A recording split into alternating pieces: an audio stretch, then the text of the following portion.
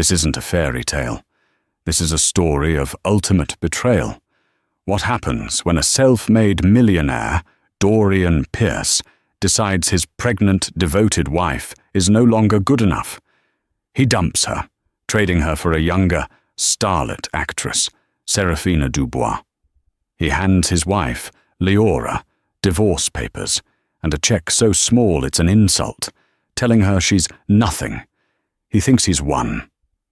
But he made one fatal mistake. He thought Leora Hayes was a nobody. He never realized he didn't just divorce a graphic designer. He divorced the sole heiress to the Vaughan Steele dynasty. And she's about to teach him what nothing really looks like. The chandeliers at Cipriani 42nd Street dripped light like liquid diamonds, but for Leora Pearce, they were just heavy, glittering weights. Each flash of a camera bulb felt like a small pop of nausea. At 6 weeks pregnant, the nausea was a constant, clinging companion. She kept one hand on her stomach, hidden by the folds of her modest, slate-grey gown, and the other plastered to the arm of her husband, Dorian Pearce. Dorian was electric.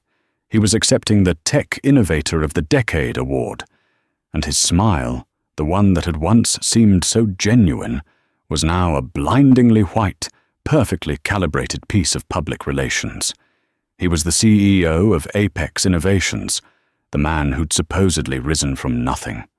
Leora had been with him since the nothing part. She'd designed his first logo, coded his first buggy website, and packed instant noodles into Tupperware for his all-night sessions. Now, he was a millionaire 100 times over, and she was his wife, an accessory. "Dorian Pearce, a true titan," the MC bellowed. Dorian squeezed her arm, a gesture that looked affectionate to the crowd but felt like a vice. "Smile, Leora. You look pale," he whispered, his voice a low, cold hum beneath the applause. She forced a smile as he ascended the stage. He launched into his speech, all humility and fire, thanking his team, his investors. He didn't thank her.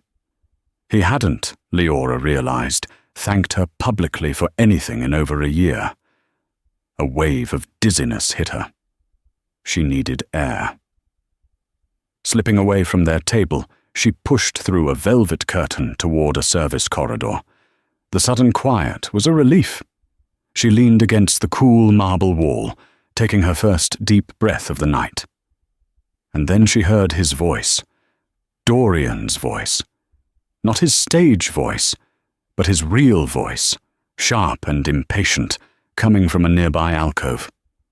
"Sarah, I told you, it's handled," he hissed into his phone. Leora froze.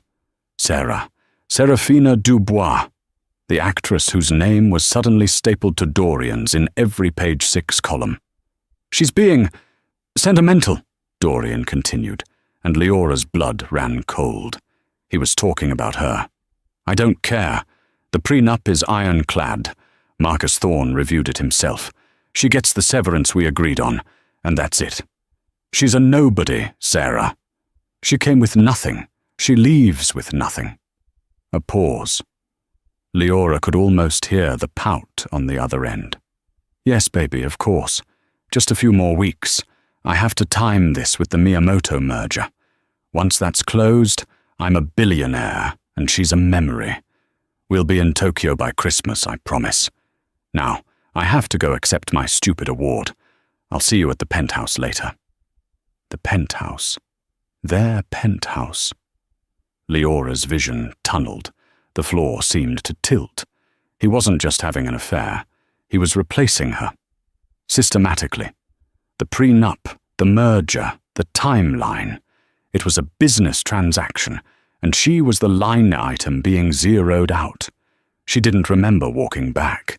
She was just there, standing at the edge of the ballroom as Dorian, her husband, the father of the child she was carrying, walked off stage to a thunderous ovation. He saw her, and his triumphant expression faltered, replaced by a flash of pure annoyance. "There you are," he snapped, grabbing her arm again. "Where did you go? People were asking. You're making me look bad." "You're seeing Serafina Dubois," Leora said. Her voice was flat, dead. It didn't even tremble. Dorian's grip tightened. He pulled her, not gently, back into the shadows of the service corridor she had just left. The smell of industrial cleaner and stale champagne hung in the air. "Don't you ever make a scene!" He spat, his face inches from hers. The charming mask was gone. This was the real Dorian. "You're divorcing me." It wasn't a question. He actually looked surprised. Then he laughed, a short, ugly sound. "So you heard. Good. Saves me the trouble." He straightened his bespoke Tom Ford tuxedo jacket. "Look, Leora, let's be adults.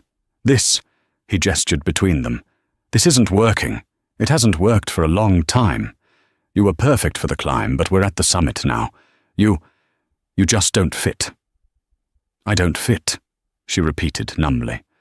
"No. I need someone with ambition, with presence. Serafina understands the world I live in." "The world we built," she whispered, the betrayal a physical ache in her chest. "I built it," he roared, jabbing a finger at his own chest. "I did the work. You designed a few logos. Don't overestimate your contribution." The cruelty of it knocked the breath from her. This was the man she had loved, the man she had supported, the man whose child was growing inside her.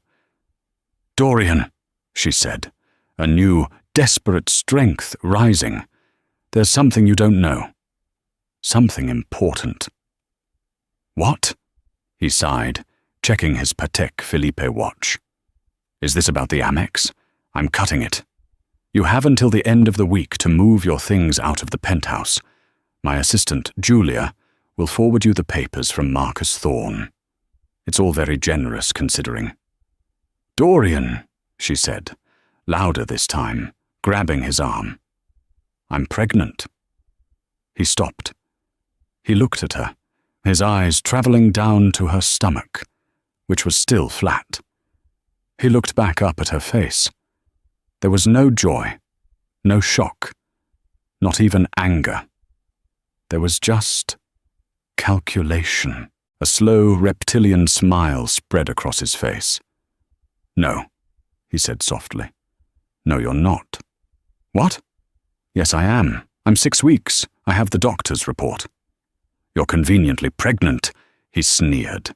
A last-ditch, pathetic attempt to trap me. "You think I'm an idiot? I've been wearing protection for 6 months, Leora. We haven't even slept in the same bed in 2. It only takes once, Dorian. That weekend in the Hamptons, you were drunk." "Save it," he cut her off, his voice like ice. "It's a pathetic lie. And even if it's true, get rid of it. Or, if you insist on this little drama, I'll claim it's not mine. I will drag your name through so much mud, you'll wish you'd never been born. You have no idea the power I have now. You are nothing." He pushed her arm off him. "You have 1 week. Sign the papers. Don't make this ugly." He turned and walked away, re-entering the ballroom to a fresh smattering of applause, leaving his pregnant wife standing alone in a service corridor, her world reduced to rubble. The dream was over. The lie she had been living, that Leora Hayes, the simple graphic designer, could find real love, was dead. The next 3 days were a blur of systematic erasure. Her keycard to the penthouse was deactivated. The joint accounts were frozen. The American Express card was, as promised, declined at a bodega when she tried to buy ginger ale for her nausea. She was staying at a Residence Inn off the highway in New Jersey, a place with polyester blankets and a lingering smell of stale coffee. She had $4,200 in a personal savings account she'd kept from her freelance days. It was all that was left of Leora Hayes. The meeting was at the offices of Thorne and Harding, LLP, a glass and steel monstrosity on Park Avenue that screamed new money. Leora wore the nicest thing she had left, a pair of black slacks and a simple cream-coloured blouse. Her hair was pulled back. She looked pale, tired, but defiant. The conference room was on the 54th floor, overlooking Central Park. Dorian was already there, flanked by 2 lawyers. The shark from the phone call, Marcus Thorne, slid a portfolio across the polished mahogany table. "Mrs. Pierce," Thorne said, his voice a smooth, insincere baritone. Or rather, Miss Hayes. As you'll recall, the prenuptial agreement, signed 3 years ago, is quite clear. In the event of dissolution, you waive all rights to Mr. Pierce's current and future assets, including all holdings in Apex Innovations. Leora said nothing. She just stared at Dorian, who was pointedly scrolling through his phone. In accordance with Section 4B, Thorne continued, Mr. Pierce has agreed to a one-time severance payment in recognition of your companionship. He is prepared to offer you $50,000. $50,000. He was worth over $500 million and climbing. She had built his first website for free. "It's an insult," Leora said, her voice quiet. Dorian finally looked up, his eyes impatient. "It's $50,000 more than you're worth. You were a glorified intern, Leora. Take the money and go. Buy a small condo in, I don't know, Ohio." "And the baby?" Leora asked, her hands clasped so tightly on her lap her knuckles were white. Marcus Thorne cleared his throat. "Ah, yes, the alleged pregnancy." He slid another paper across the table. "This is a non-disclosure agreement. It states that you will not speak of Mr. Pierce, his associates, or Apex Innovations, publicly or privately. It also includes a clause that you will not claim paternity for any future dependents." "You want me to sign away my child's father?" she whispered, horrified. "I want you to take the money and disappear," Dorian snapped. "If you don't, that 50K vanishes, and I countersue you for emotional distress and fraud. I will paint you as a scheming, gold-digging whore who tried to trap me with a fake pregnancy. Who do you think Forbes will believe? Me or the girl I picked up from a coffee shop?" A new, cold presence entered the room. A woman in a razor-sharp crimson suit, her heels clicking with aggressive confidence. It was Serafina Dubois. She didn't even look at Leora. She walked straight to Dorian, kissed him hard, and perched on the edge of the table. "Is this almost done, darling?" she asked, pulling a compact from her purse. "We have the reservation at Per Se." Dorian's entire demeanor softened. "Almost, baby. Just clearing out the last of the trash." "Trash?" Leora stood up. The chair scraped loudly against the floor. Everyone looked at her. Serafina raised a perfectly sculpted eyebrow, a look of bored pity on her face. "You really should have taken the deal," Serafina said, her voice light and airy. "It's more than I got for my first walk-on role. Some people just don't know their value." "Oh, I know my value," Leora said. The fog of shock and grief was finally burning away, replaced by a crystalline, arctic rage. She looked past the lawyers, past the actress, and straight at the man she had once loved. "You're right, Dorian. The prenup is ironclad. Leora Hayes gets nothing," Dorian smirked. "Glad we're in agreement.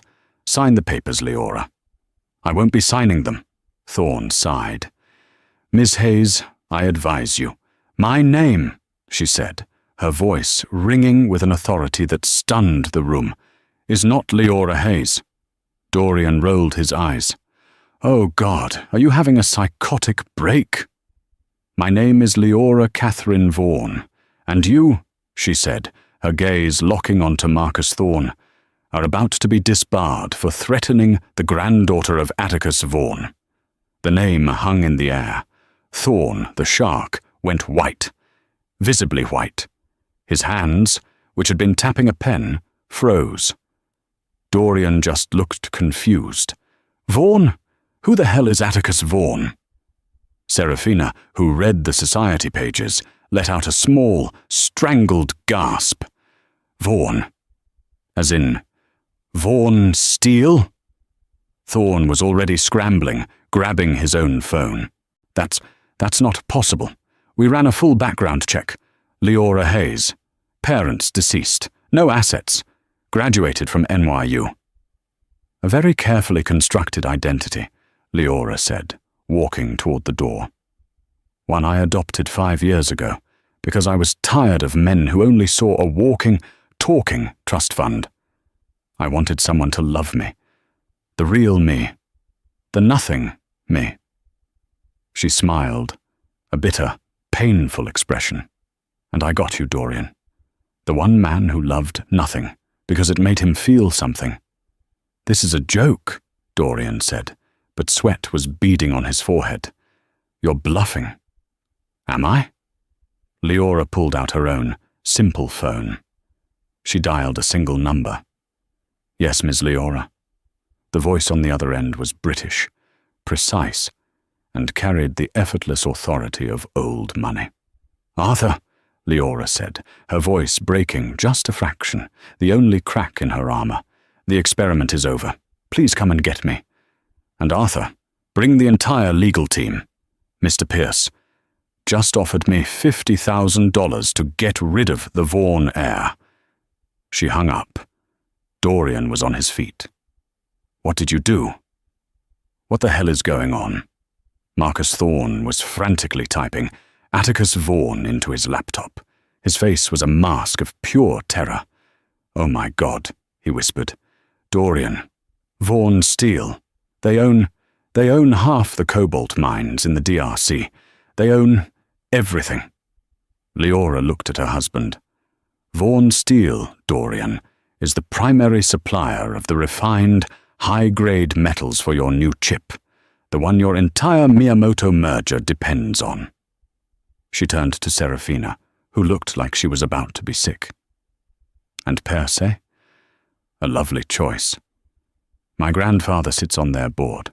I'll be sure to have your reservation and your D-list career cancelled."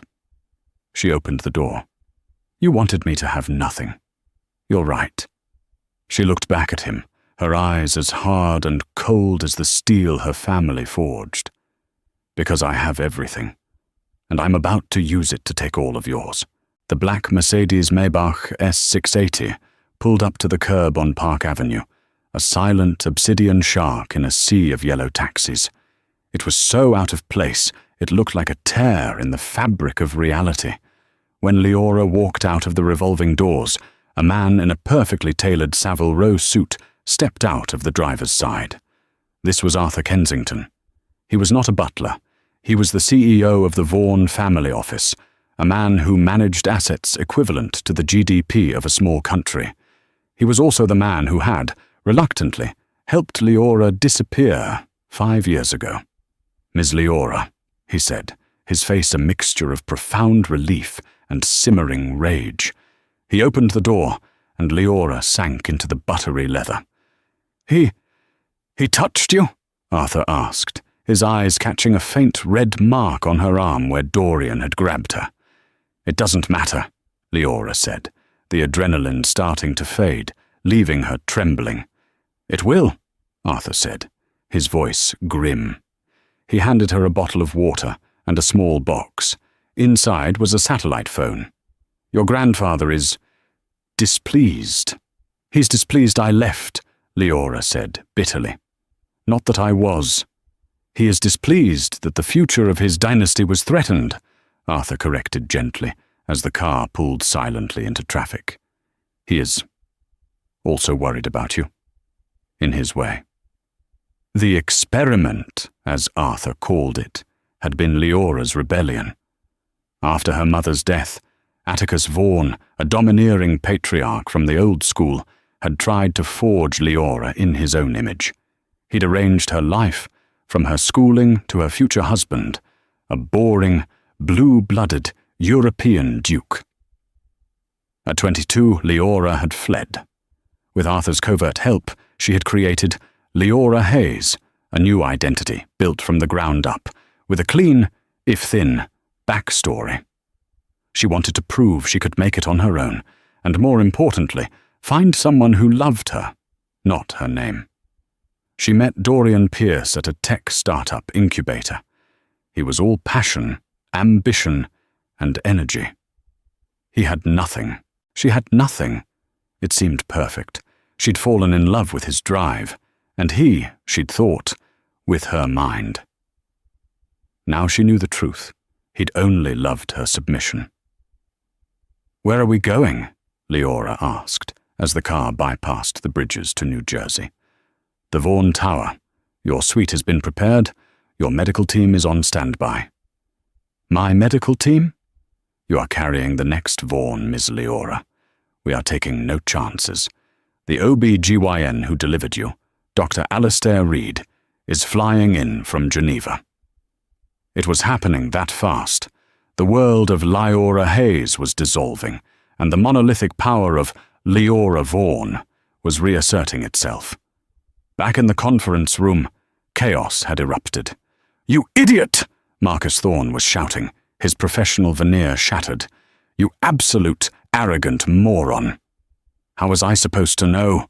Dorian roared, throwing his phone against the wall. It shattered. She was a nobody. She wore clothes from the Gap. "She's the sole heir to Atticus Vaughan," Thorne screamed, pulling at his hair. "Vaughan Steel isn't just a company. It's a dynasty. They don't sue people, Pierce. They erase them. They own politicians. They own the supply chain. They own the mines." Serafina was frantically texting. "My agent just dropped me," she whispered, her voice trembling. "He said he can't get involved with the Vaughans." "What does that mean? Dorian? What does that mean?" Dorian ignored her. He was pacing, his mind racing. "Fine. So she's rich. It doesn't matter. The prenup is valid." Leora Hayes signed it. "The prenup is toilet paper," Thorne countered. "She signed it under a false identity. That's fraudulent concealment. But guess what? It won't even get to court.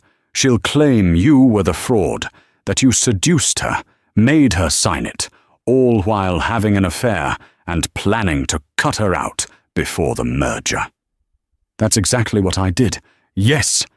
And now the other side has, for lack of a better term, infinite money." "We're not in a legal battle, Dorian. We're in a war. And you just brought a pocket knife to a nuclear missile silo." A new team of lawyers entered the room. They didn't knock. They were led by a severe-looking woman in her 60s, flanked by 3 men who looked like they'd never smiled. "Mr. Pierce," the woman said, her voice like gravel, "I am Margaret Cole, of Sullivan and Cromwell, outside counsel for Vaughan Industries. You are to cease all contact with Ms. Vaughan. You are to make no public statements. You will find a hold notice on all your personal and corporate assets, effective immediately." "You can't do that," Dorian shouted. "We can," Margaret said, placing a thick file on the table. "This is a petition for an emergency injunction, citing marital fraud, emotional distress, and potential corporate malfeasance. We are also filing a separate suit on behalf of Vaughan Industries for, let's see, tortious interference with a key executive. That's you, Mr. Thorne, for threatening a pregnant Vaughan heir." Thorne sank into his chair. "And finally," Margaret continued, "we've flagged your Miyamoto merger for our partners at the SEC.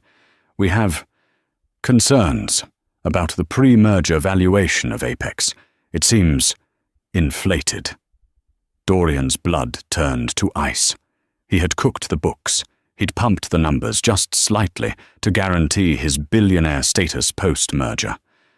"Get out," Dorian whispered, his voice shaking. "We're not finished," Margaret said. "Ms. Vaughan has requested one more thing." "Serafina Dubois?" Serafina jumped. "This is a cease and desist. You are to never speak Miss Vaughan's name. You are to stay 1,000 feet away from her at all times. And, yes, a personal note. Margaret pulled a small card. Your invitation to the Met Gala has been reallocated. Serafina let out a small sob. Enjoy your lunch at Per Se, Margaret Cole said, gathering her files. It will be your last. The lawyers left. Dorian and Serafina stood in the silent, $20 million view conference room. The life they had planned, the fame, the billions, the power, had just evaporated in less than 20 minutes. You, Serafina said, her voice dripping with venom, you ruined me. You told me she was nothing. Get out, Dorian said, deadly quiet. I'm not going anywhere. You owe me. Get out, he roared, sweeping a water pitcher off the table. Serafina fled. Dorian stood alone, panting, looking at the skyline. He wasn't just in trouble. He was finished. And the worst part, the most terrifying part, he had never, not once, seen this coming. He had poked a sleeping giant. And now it was very, very awake. For 1 week there was silence, a terrifying, oppressive silence. Dorian Pierce tried to live his life. He woke up in his penthouse, the sheets still smelling faintly of Serafina's perfume. But she was gone. After their blowout at the lawyer's office, she had vanished, her calls going straight to voicemail. A few days later, a TMZ alert popped up. Serafina Dubois checks into exclusive wellness retreat for exhaustion. Sources say she was duped by a powerful mogul. She was already spinning the story, already positioning herself as a victim. It was a smart move. It was a move he would have respected if he wasn't so furious. But Serafina was the least of his problems. The Miyamoto merger was his life's work. It was the deal that would elevate him from a mere tech millionaire to a global titan. It was set to close in 2 weeks. He sat in his Apex Innovations office, a sterile expanse of glass and chrome, trying to calm his investors. No, Bob. The valuation is solid, Dorian said into his speakerphone, forcing a jovial tone. It's just a rumor, a nasty piece of press from a disgruntled party. A disgruntled party that owns the entire rare earth mineral market, Dorian, the investor barked. Mr. Miyamoto himself is re-evaluating. He's spooked. I'll handle Miyamoto, Dorian said, ending the call and slamming his fist on his desk. He hadn't heard a word from Leora. Not from her lawyers. Not from her family. The injunction was in place, his assets frozen, but there was no lawsuit yet. They were toying with him. It was a power move, designed to make him sweat. And it was working. He called his COO, Ben. Ben, what is the status of the V9 chip? Ben's voice was strained. That's the problem, D. Our supplier for the refined cobalt. They just declared force majeure. What? On what grounds? A hurricane in their non-existent parking lot? Worse. They said their parent company just rerouted their entire Q4 supply to a priority client. They've breached the contract. We're getting nothing until February. February, Dorian. The merger will be dead, and we'll be bankrupt. Who's the supplier? Dorian demanded, though he already knew the answer. A holding company called Mid-Atlantic Metals, Ben said. Never heard of them. Find out who owns them, Ben, Dorian yelled. Find out now. Dorian hung up and stared at his screen. Mid-Atlantic Metals. It sounded so boring, so bland. He knew, with a certainty that chilled his bones, that if he dug deep enough, he'd find the name Vaughan on the letterhead. Leora wasn't just suing him. She wasn't just taking his money.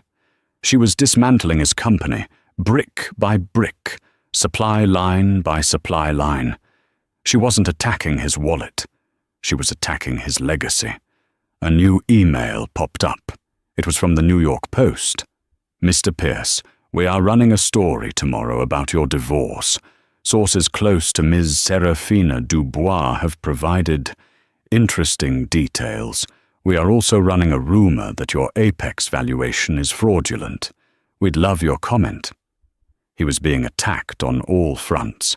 His business, his reputation, his new relationship. It was strategic. It was coordinated. And it was brilliant. Meanwhile, in the penthouse suite of the Vaughan Tower, a suite that took up an entire floor and had its own private garden overlooking the city, Leora was not resting. She sat at a 20-foot rosewood table, Arthur Kensington at her side. Dr. Reed had confirmed the pregnancy was viable, though she was underweight and stressed. He had ordered rest. Leora had countered by ordering a team of forensic accountants.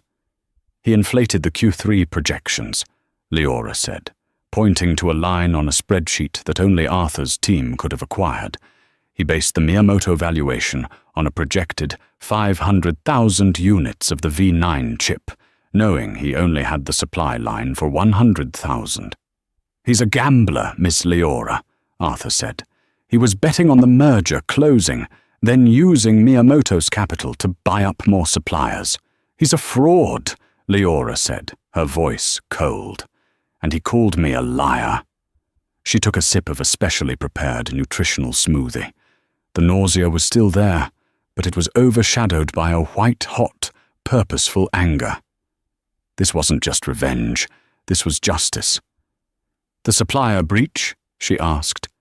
"Mid-Atlantic Metals, a Vaughan subsidiary, of course, has successfully rerouted all cobalt shipments to our new green steel initiative in Germany. Apex Innovations is, as you would say, screwed." "Good. And the SEC tip?" "Delivered anonymously this morning, along with this very spreadsheet. Mr. Pierce will be getting a call from them by Friday." "And Serafina?" Leora couldn't help but ask. Arthur permitted himself a small, thin smile. "Ms. Dubois is finding it difficult to book work. It seems every casting director, every studio head, owes your grandfather a favor. Her wellness retreat is, I believe, a Holiday Inn in Scottsdale. The one by the airport." Leora almost laughed. It was a strange, rusty sound. "She called me trash. Yes, the irony is palpable." Leora stood and walked to the floor-to-ceiling windows. The city spread out below her, a glittering prize.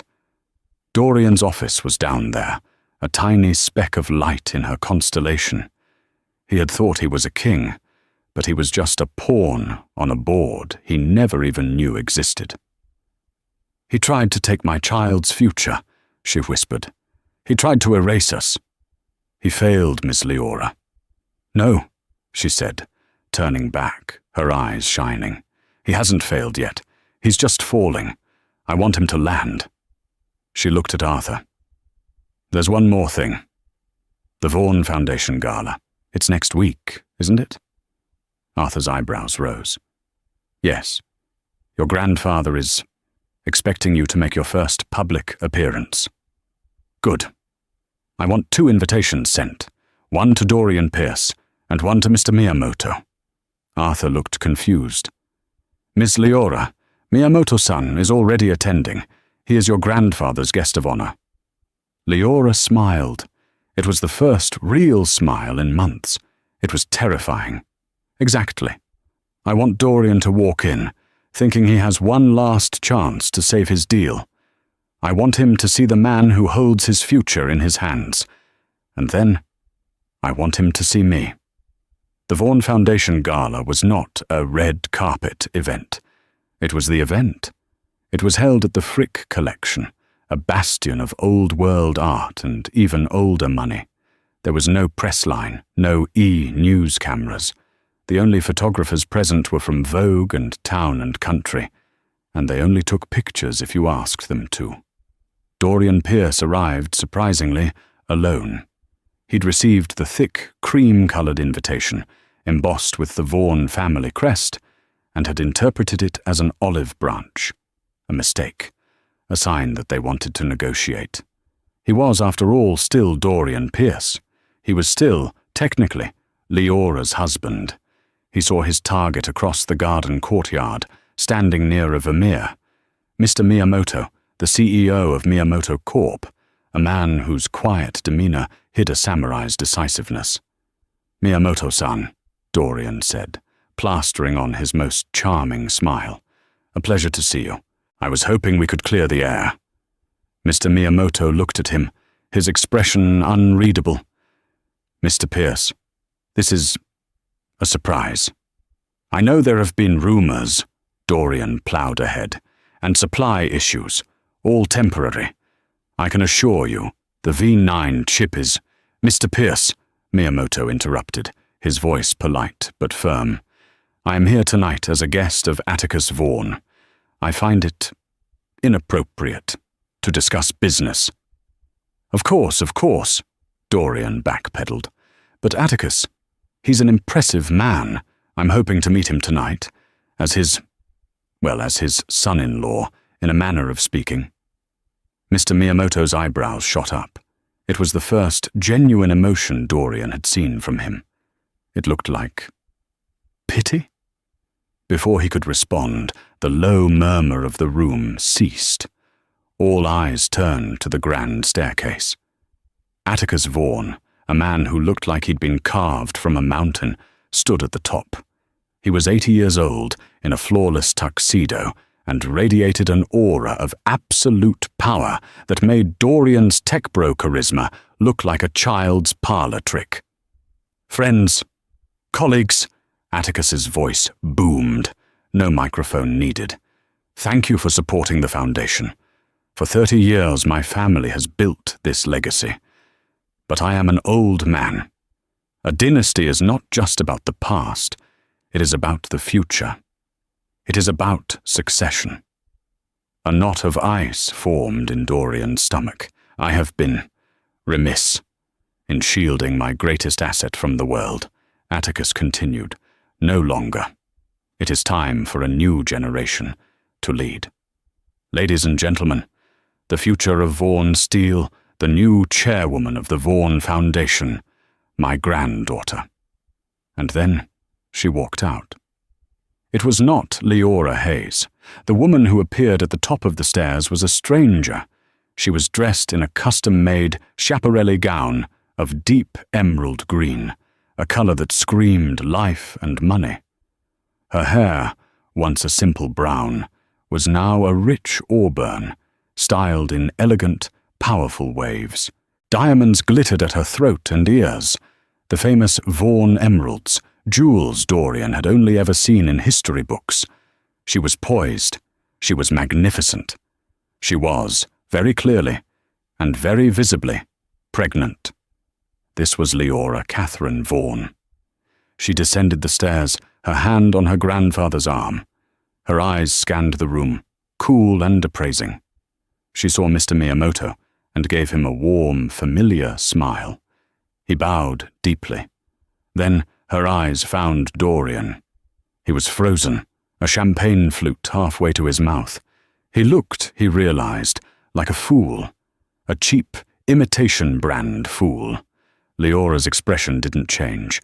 She didn't scowl, she didn't smirk, she just looked at him. It was a look of complete and total indifference, a look one might give a piece of furniture that was about to be reupholstered, and in that single, crushing moment, Dorian Pierce understood. This wasn't an olive branch. This was an execution. The room erupted in applause. People were surging forward, not to Atticus, but to her. "Leora, darling, you look radiant," a Rockefeller exclaimed. "The pregnancy agrees with you," a Lauder beamed. "We must discuss the new German initiative," a senator insisted. She was their queen. Dorian felt a phone vibrate in his pocket. It wasn't his. It was Mr. Miyamoto's. The Japanese CEO looked at his screen, then back at Dorian.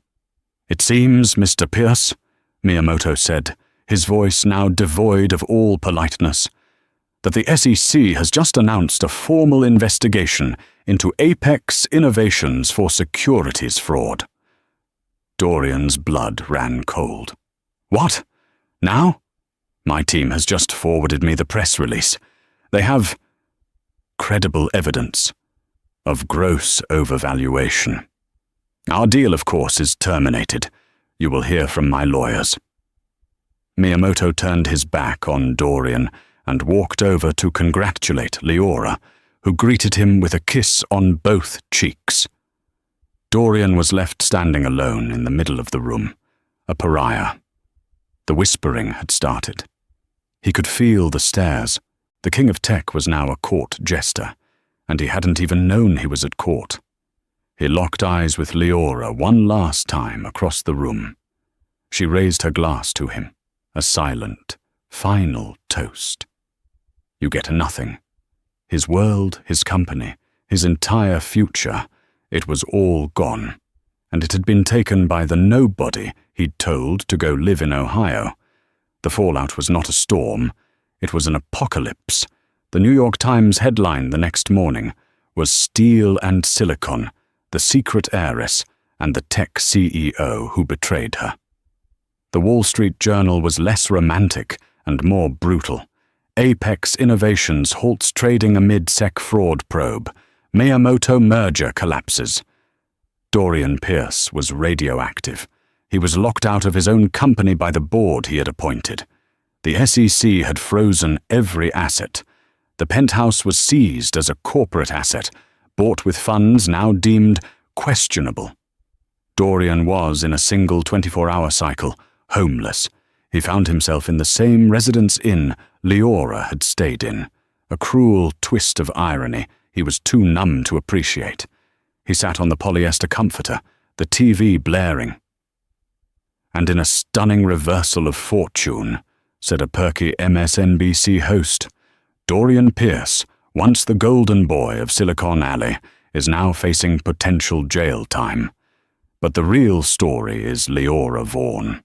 After 5 years of living in obscurity, the Vaughn heiress is back. She's pregnant, and she's in charge. Sources say she is already purging the Vaughn Steel board and pivoting the multi-billion-dollar company toward green energy. A new segment started. It was Serafina Dubois sitting with Diane Sawyer, tears streaming down her face. I had no idea, Serafina sobbed, clutching a tissue. He told me she was nobody. He told me their marriage was over. He preyed on me, Diane. He used me as a prop to hurt his powerful pregnant wife. He's a monster. I'm a victim. Dorian threw the remote at the screen. The victim was already negotiating a book deal. He was ruined, truly, fundamentally ruined. He had lost his company, his money, his reputation, and his mistress. He had nothing left to lose, except the baby. A desperate, insane plan formed in his mind. The child. The child was a Vaughn heir, his heir. If he could prove paternity, if he could sue for custody, he found her. It took him 2 days of casing the Vaughn Tower, but he finally caught her. She was leaving, not in the Maybach, but in a discreet black Range Rover. He ambushed the car as it waited at a red light, pulling open the back door. "Leora!" he yelled, lunging inside. Leora didn't even scream. Arthur, in the front passenger seat, had a hand inside his jacket in a millisecond, but Leora put a calm hand on his shoulder. "Dorian," she said, her voice tired. She was holding a file, her nails perfectly manicured. "Leora, please," he begged. He was a mess, unshaven, wearing the same suit from 2 days ago. He was the picture of the man she'd first met, the one with nothing. "Leora, I'm sorry. I was an idiot. I was arrogant. Please don't do this. It's already done, Dorian. No, not for us. I love you. I always loved you. I got lost. And the baby. Our baby. We can be a family. I don't care about the money. I just want you. I want our child." Leora looked at him. her gaze analytical, as if studying a bug. "You're pathetic," she said, with no heat. "You don't love me. You love the idea of my money. You don't love our baby. You see a lottery ticket. You think you can sue for custody and get a piece of the Vaughan trust." He flinched. She had read him perfectly. "You're right about one thing," she continued. "It is my baby. And I will not have your poison, your greed, or your pathetic ambition anywhere near my child." "You can't do that," he shrieked, desperation making his voice high. "I'm the father. I have rights." "Do you?" Leora asked. She opened the file she was holding and handed him a single piece of paper. It was a lab report, a fertility test. "From your last physical, 6 months ago," Leora explained. "Arthur's team is very thorough. You've been paying for a high-end concierge doctor. They keep excellent records." Dorian read the words. His eyes scanned the jargon, the medical terms, until they landed on the summary. Diagnosis: azoospermia. Sterility. What is this?" he whispered. "You've been sterile for at least 5 years, Dorian. Probably from that bad case of mumps you had in college. You can't have children. You never could." He looked from the paper to her pregnant stomach, his mind shattering. Then who?" "You're not the only one who can have secrets," Leora said softly. "When our marriage was dying, when you were pushing me away, when you were wearing protection, as you so charmingly put it, I was lonely, and I wanted a child more than anything." "Who?" he demanded, his voice a broken rasp. "He's a good man. Someone I knew before you. Someone my grandfather actually approved of. He's kind, he's stable, and he will be a wonderful father to our child." The light turned green. "You see, Dorian," Leora said, as Arthur politely but firmly began to push Dorian out of the moving car. "You didn't just lose a wife you never knew. You tried to disown a child that was never yours." Dorian fell to the pavement, the lab report fluttering in his hand. "You don't just get nothing, Dorian," Leora said, looking out the window as the car pulled away. "You are nothing. 6 months. In the grand, sweeping timeline of the Vaughan dynasty, it was the blink of an eye. In the accelerated, brutal world of tech and media, it was an eternity. The name Dorian Pierce had completed its parabolic arc, from obscurity to brilliance, and back to a new, darker obscurity. He was no longer a titan or a mogul. He was a cautionary tale, a byword for hubris. The trial was a swift and merciless affair. The media, scenting the blood of a fallen king, had descended. But Leora was absent. She gave no interviews, provided no tearful testimony. She let the data do the talking. The spreadsheets, the forensic accounts, the undeniable, black and white proof of his fraud. The SEC, spurred on by the most powerful private legal team they had ever encountered, had built an unassailable case. Dorian's last public appearance was at his sentencing. The bespoke suits were gone, replaced by an ill-fitting, off-the-rack garment his public defender had procured. He looked grey. The charismatic fire in his eyes had been extinguished, leaving only the cold ash of defeat. He tried to speak, to offer a final, rambling apology to his wife, to the board, to his investors. But his voice cracked. The judge, unmoved by the theatre, read the sentence: 8 to 10 years in a medium-security federal prison. As he was led away in handcuffs, a single TMZ reporter shouted, "Dorian, what do you have to say to Leora Vaughan?" He just looked at the camera, his face a mask of hollow comprehension. He finally understood. He, the great innovator, had been nothing more than a bug in her operating system. And she had, with precise, algorithmic coldness, deleted him. He was, as she had promised, nothing. Seraphina Dubois, on the other hand, had clung to her relevance with manicured nails. Her tell-all book, My Life as a Lie, duped by a tech devil, was a minor success, a guilty pleasure read for a few weeks. She embarked on a low-rent media tour, appearing on afternoon talk shows and podcasts, perfecting her role as the victim. I'm a trusting person, she'd wept to a D-list reality TV host. He sold me a dream, and all I got was a nightmare. I'm just trying to pick up the pieces, you know? But the performance was too slick, the tears too timed. The industry saw her not as a victim, but as an opportunist who had made a bad bet.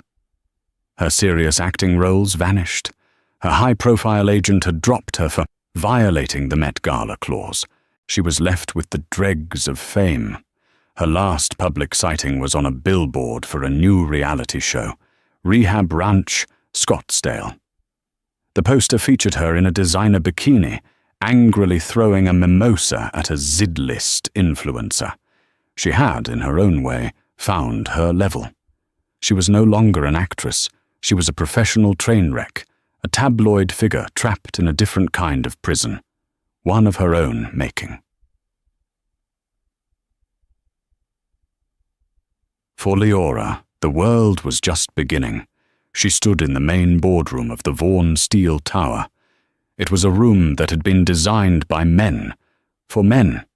Dark mahogany, stern portraits of her ancestors, a lingering scent of cigar smoke and entitlement.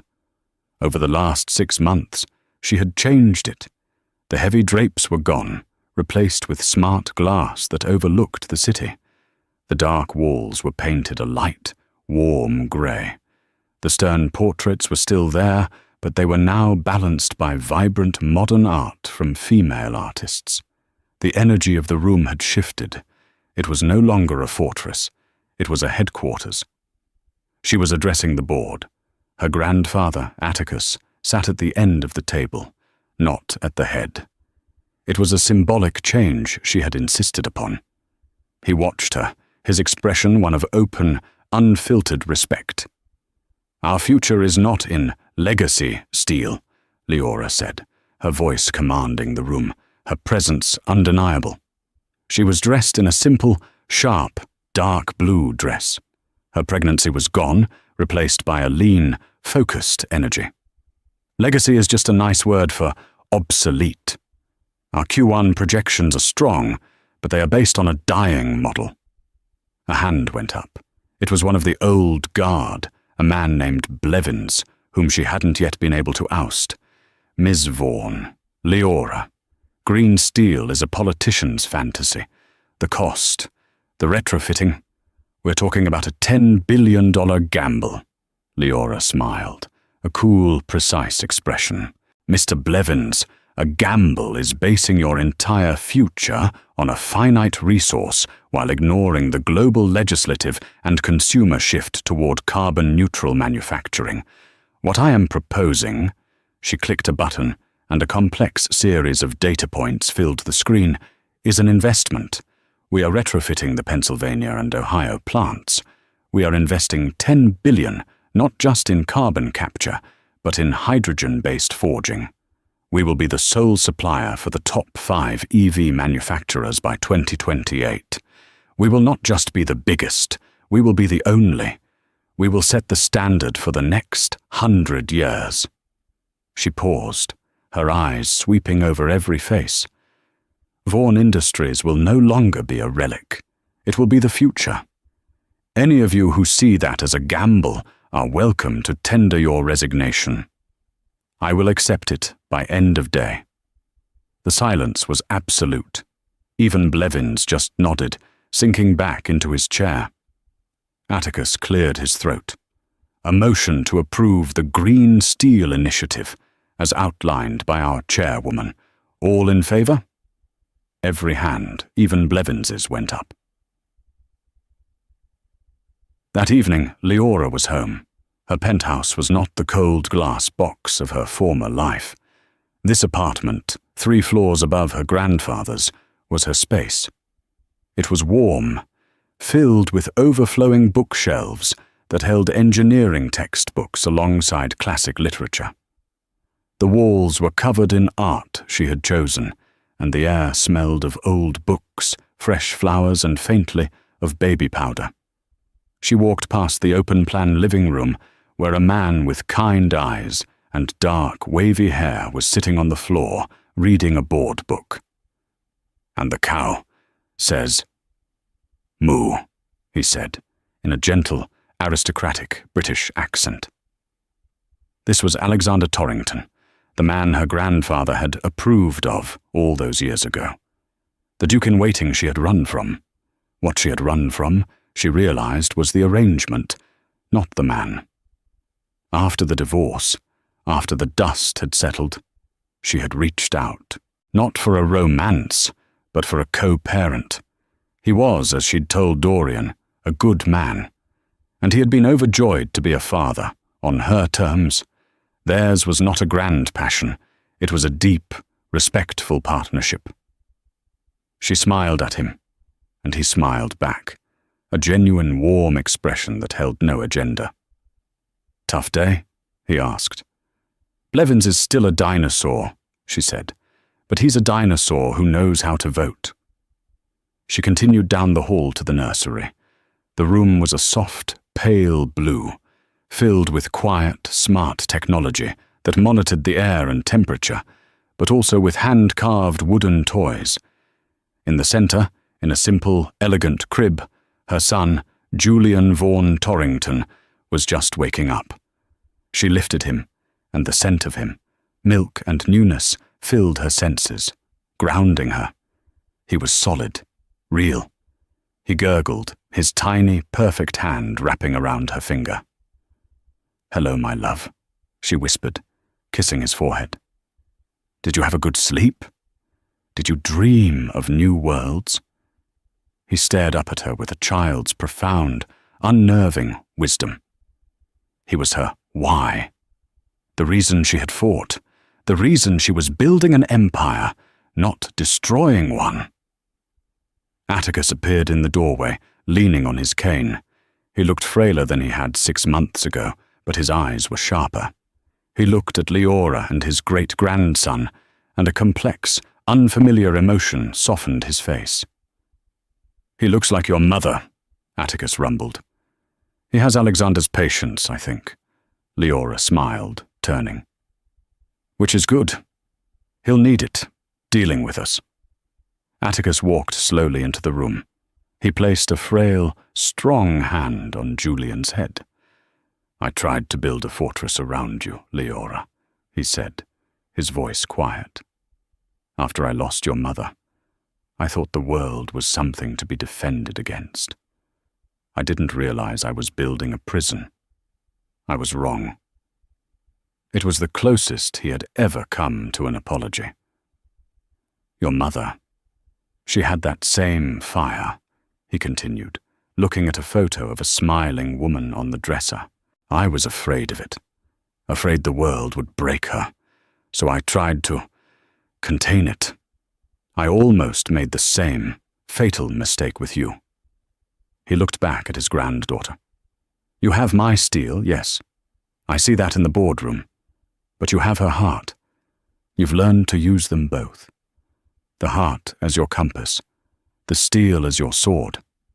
It's a combination I never mastered." Leora looked down at her son. She thought of the men who had defined her life. Atticus, who believed power was an inheritance.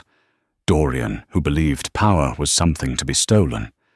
Alexander, who believed power was a partnership. They were all wrong. She held Julian closer, her son, her legacy.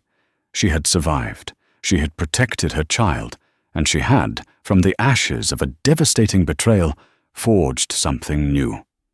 "We have an empire to run, little one," she whispered, walking to the great window, the city glittering like a conquered jewel box below them. "But we're going to do it our way.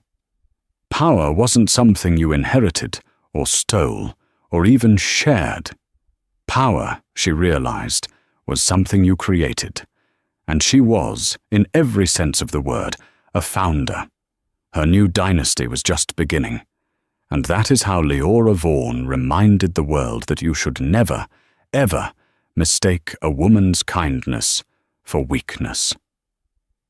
Dorian Pierce thought he was a titan, but he was just a footnote in her story. She didn't just take her power back. She built an entirely new one, on her own terms, for herself and for her child. What do you think of Leora's ultimate revenge? Was it too much, or was it exactly what Dorian deserved? Let me know your thoughts in the comments below. This story is a powerful reminder that the strongest steel is forged in the hottest fires. If you loved this dramatic story of betrayal and triumph, please hit that like button. Share it with someone who loves a good revenge story. And most importantly, subscribe to the channel for more real-life dramas just like this one. Thank you for listening. The gavel was about to fall. Damien Ashford, a $50 billion man, glanced at his Patek Philippe watch. This hearing was a formality, a final piece of paperwork to cast off the dead weight wife he'd long since replaced. He expected tears. He expected a pathetic, broken surrender. What he didn't expect was her. When Ilara Vance walked into that courtroom, not in her usual modest dress, but in a razor-sharp Tom Ford suit, the billionaire felt the first cold crack in his perfect empire. He was about to learn that his biggest mistake wasn't leaving her, it was believing she'd let him get away with it. Damien Ashford didn't just command a room, he owned the air within it.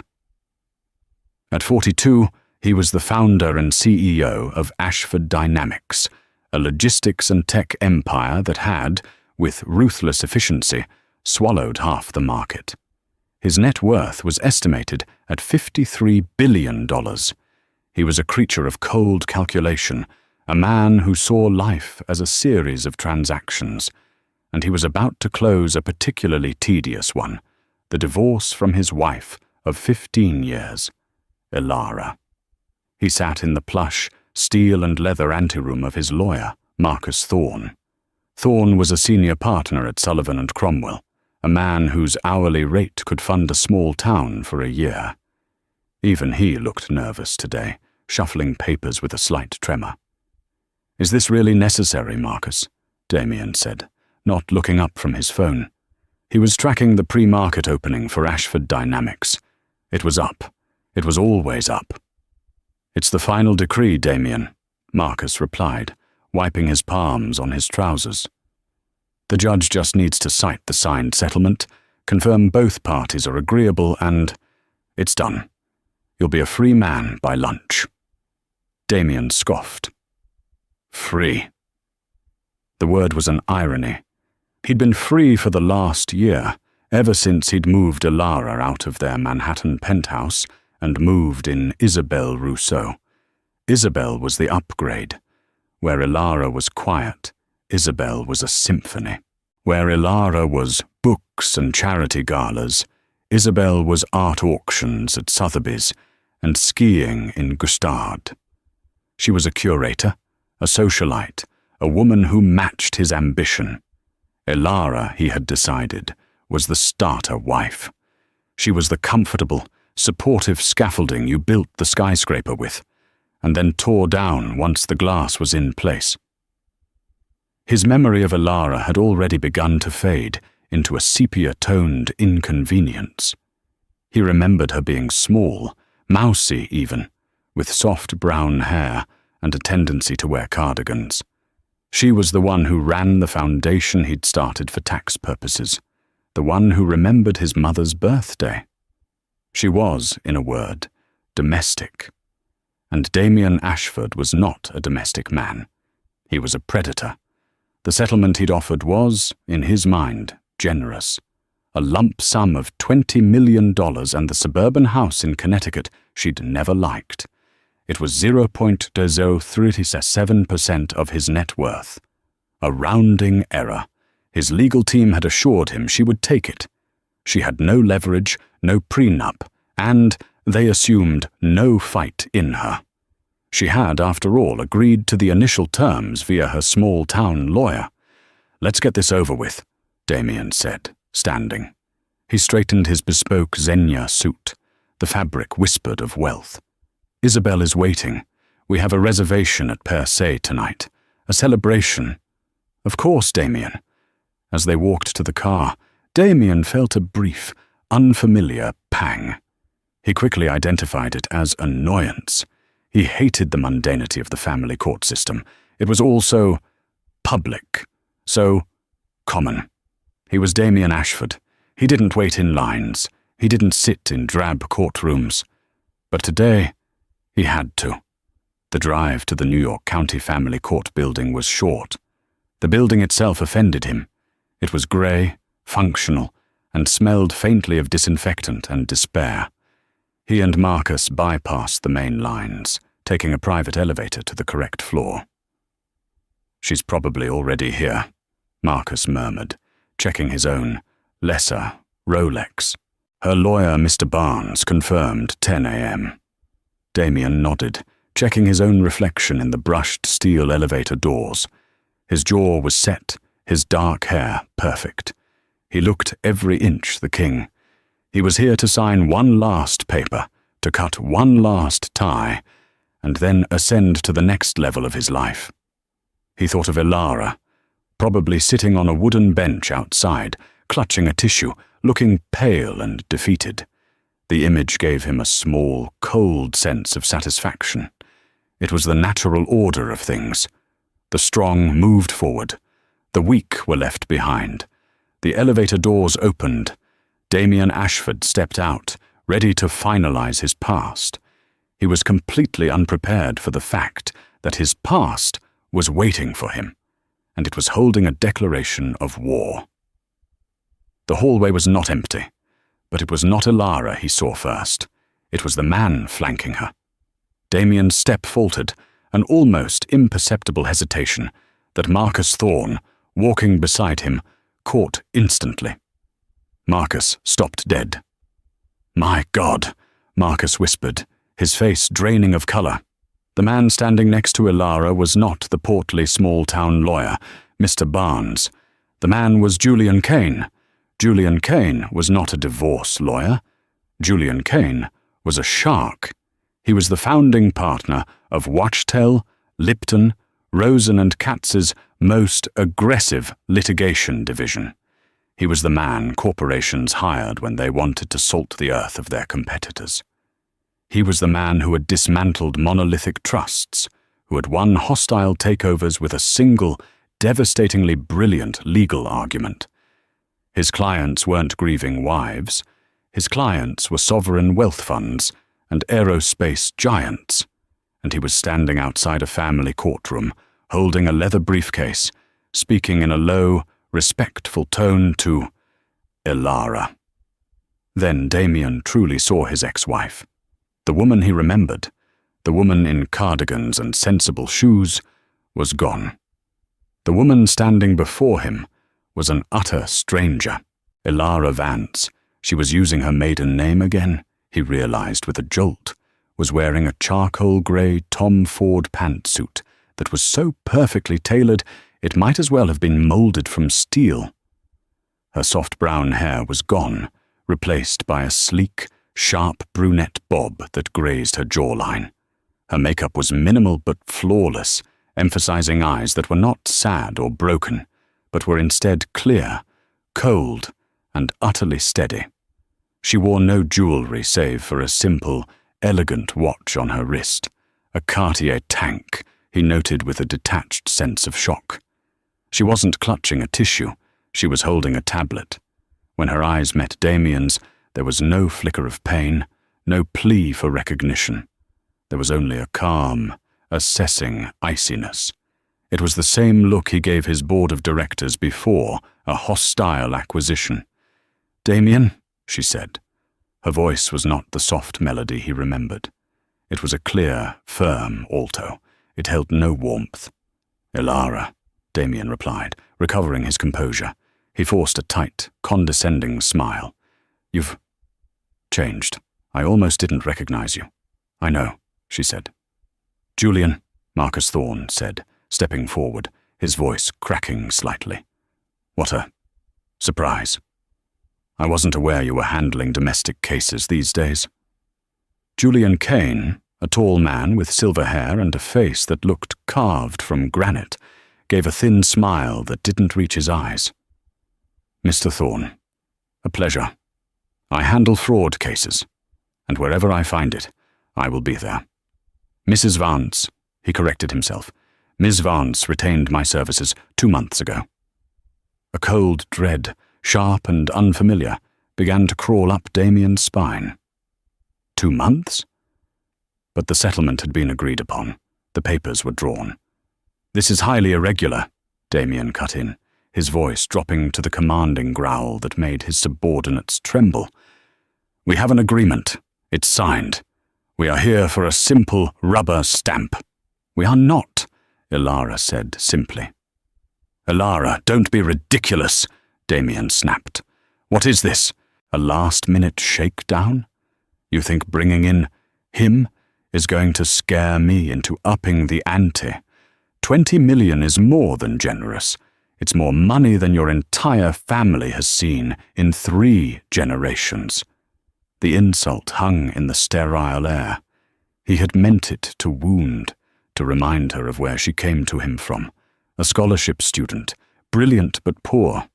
Ilara did not flinch. She did not even blink. Julian Kane, however, checked his watch. "I believe the judge is ready for us," he said. "And Mr. Ashford? I would strongly advise you to save your characteristic bluster. You're going to need your strength." "What the hell is that supposed to mean?" Damien demanded. "It means," Kane said, gesturing for Ilara to precede him into the courtroom, "that the agreement you coerced Ms. Vance into signing is null and void. We are not here to finalize a divorce, Mr. Ashford. We are here to begin a trial." Marcus Thorne looked like he was going to be sick. "A trial? On what grounds? The assets are all in Mr. Ashford's name. The settlement is equitable under New York state law.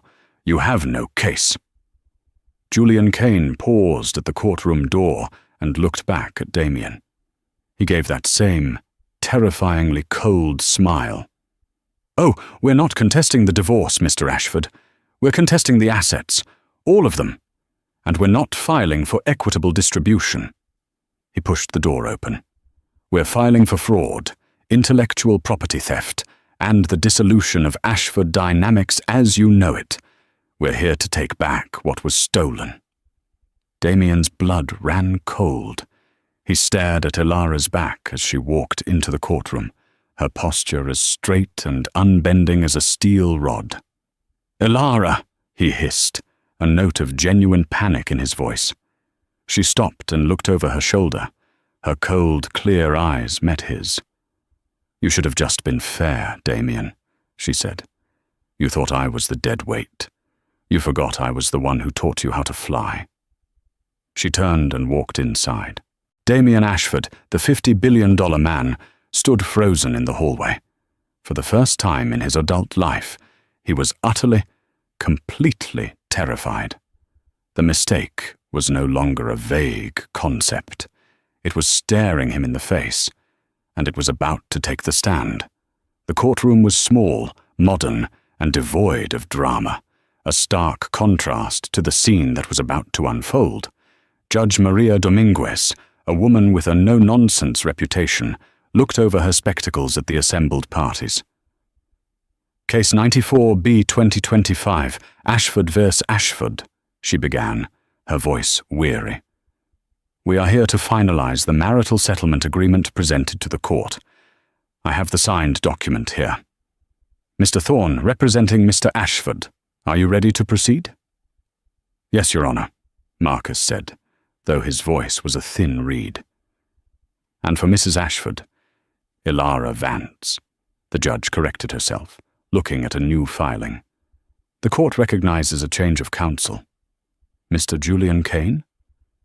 You are a long way from the Southern District, sir." "Your Honor," Kane said, rising smoothly. "It is good to see you again. And it is Miss Vance." "Noted. Miss Vance, are you prepared to affirm your agreement to this settlement?" Damien watched Elara. He willed her to break, to crumble under the pressure, to become the woman he remembered. He willed her to see the absurdity of this, to take her 20 million and go. Elara stood. Her voice filled the room, clear and unwavering. "No, Your Honor, I am not." A ripple went through the small audience, mostly court clerks and other lawyers. Judge Dominguez raised an eyebrow. "Mr. Kane, this is the 11th hour. The agreement is signed." The agreement was signed under duress, coercion, and, most critically, Your Honor, fraudulent misrepresentation, Kane stated, his tone level. "My client was led to believe her husband's assets were his and his alone. We are here today to prove that is categorically false." Damien exploded. "This is outrageous. She has no claim. I built my company from the ground up." "Mr. Ashford, you will be silent, or I will have you removed for contempt," Judge Dominguez snapped.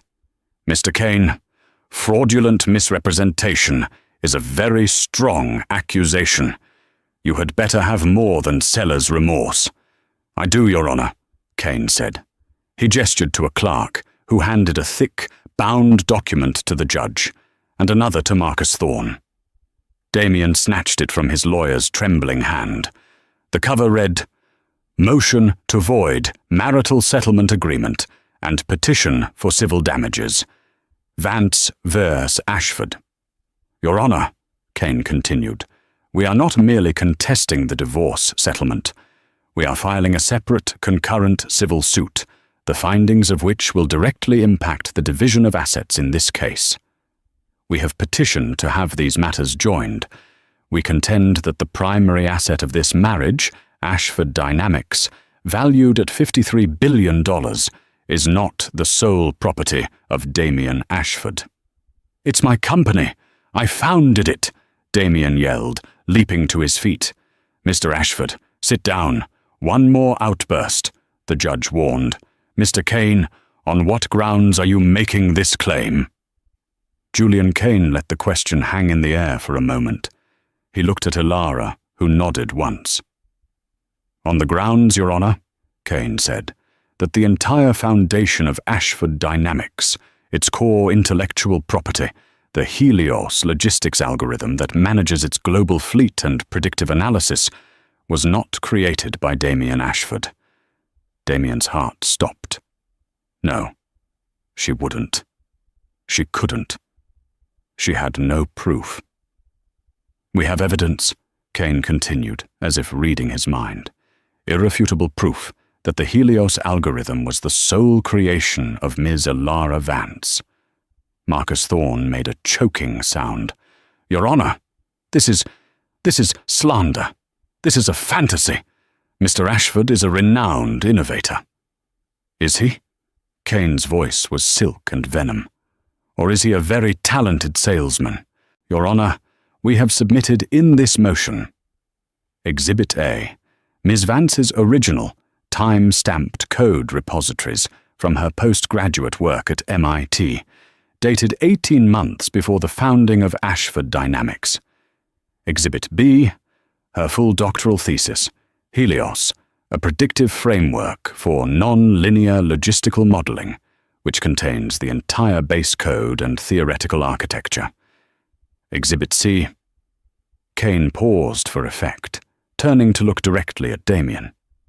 "Exhibit C, a series of handwritten letters and emails from Mr. Ashford to Ms. Vance during their courtship, in which he praises her genius project, asks detailed questions about its scalability, and says, quote, 'Your Helios idea is going to change the world, Elara. We are going to change the world with it.'" Damie felt the blood drain from his face. The letters. He'd forgotten the letters. He had been so besotted with her mind back then, so eager to win her. He had written those letters from his cramped startup office while she was at the MIT library, And finally, Your Honor, Exhibit D, the original Articles of Incorporation for Ashford Dynamics, filed on May 10, 2008. We have a sworn affidavit from Ms. Vance that these papers were given to her to sign by Mr. Ashford, who told her it was a formality for his new consulting business.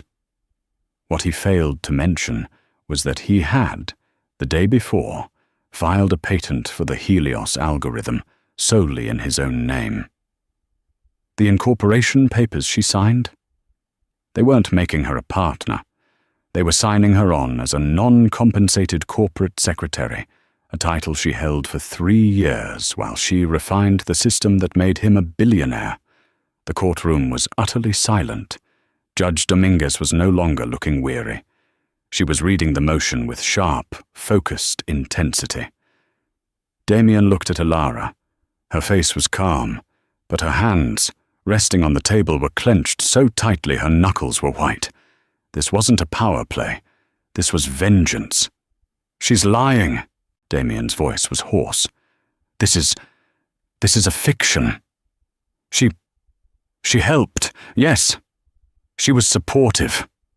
But the idea, the execution, that was all me. "Then you will have no problem explaining under oath," Kane said, his voice cutting through Damien's bluster.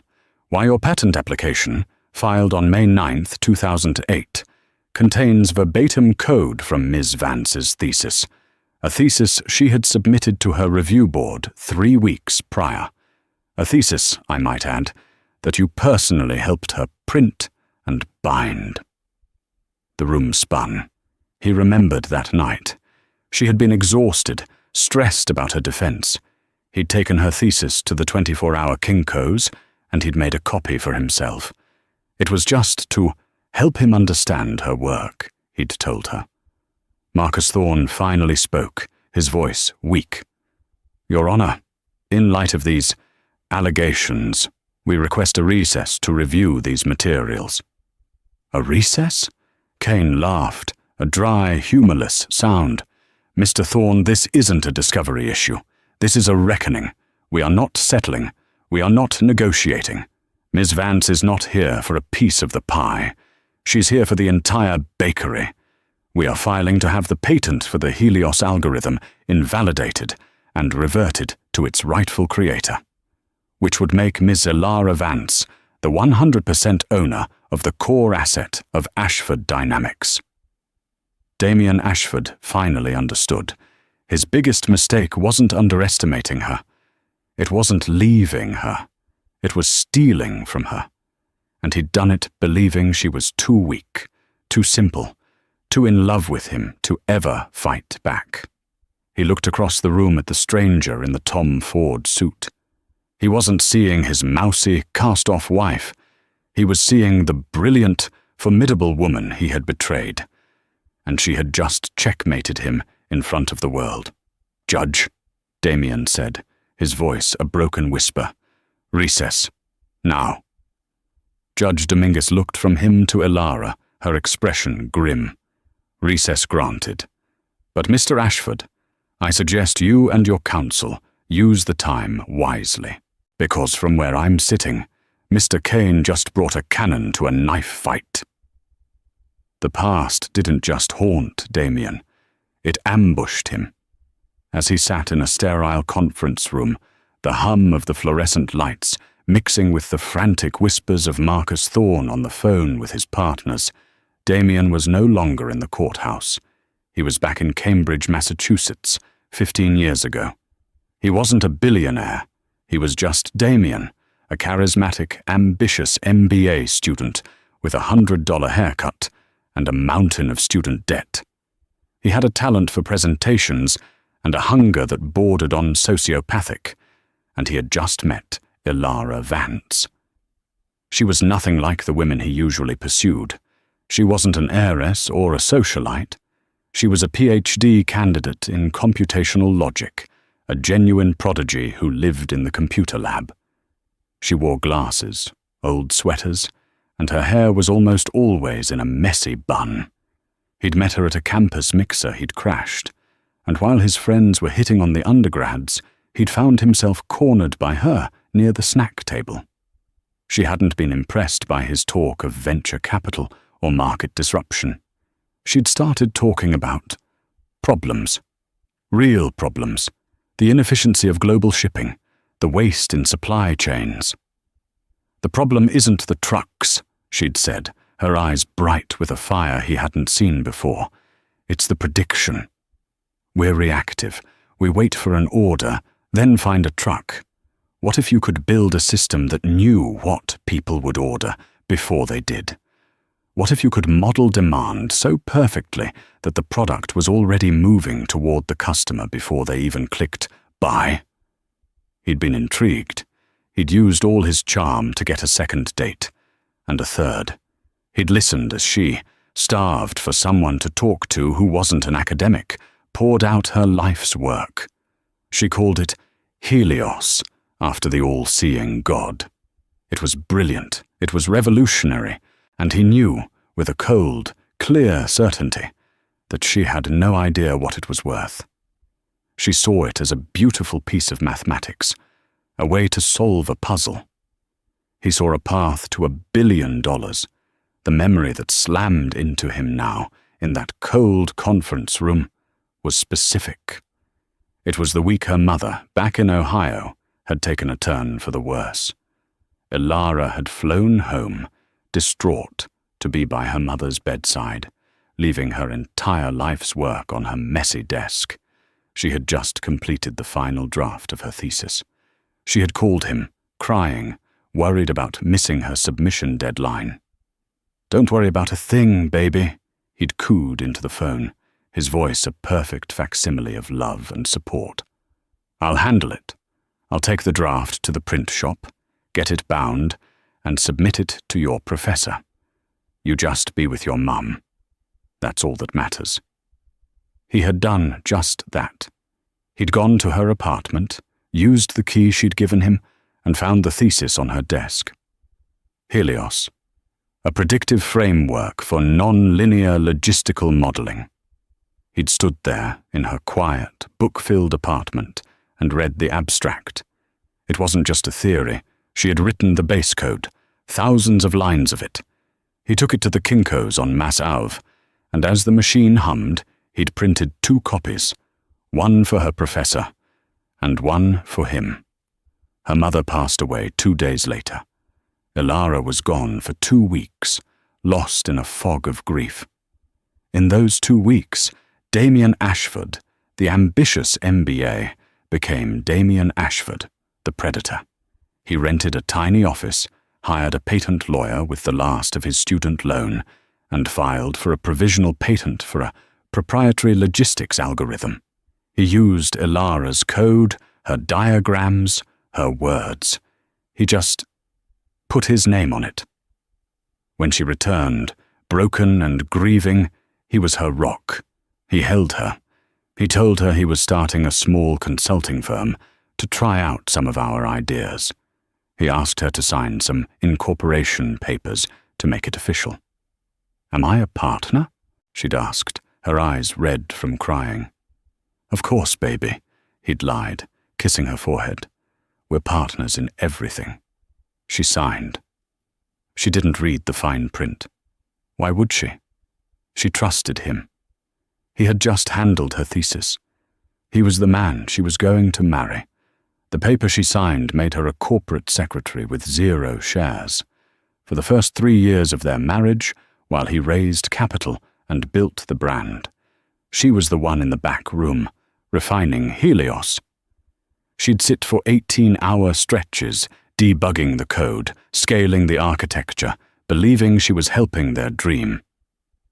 "Why isn't my name on the patent filing, Damien?" she had asked once, early on. He'd perfected his answer. "It's a legal strategy, Ilara. We keep the inventor separate from the company. It protects you from liability. It's just a formality. Don't worry your pretty head about it. You just keep making the magic happen. I'll handle the boring business stuff." And she had believed him, because the alternative was to believe that the man she loved, the man she had married, was a monster. He'd pushed her out of the business operations around year 5, once the system was self-sufficient, and he had a team of engineers who could maintain it, though none who truly understood its core genius. "It's too much stress for you," he'd said. "Go run the Foundation. Do some good. You've earned a rest." She hadn't been pushed out. She'd been sidelined. He had successfully and systematically erased her from her own legacy. "Damien! Damien!" Marcus Thorne was shaking his shoulder. Damien snapped back to the present. His face was slick with cold sweat. "They have the letters, Damien," Marcus was saying, his voice frantic. "They have the original, time-stamped thesis from MIT's archives. They have the patent filing, the code. It's a match. It's a 1-to-1 match. Her code, your patent." "It's my word against hers," Damien whispered, but the bravado was gone. "No, it's not," Marcus hissed. "It's her thesis, authenticated by MIT, against your patent, which was filed after.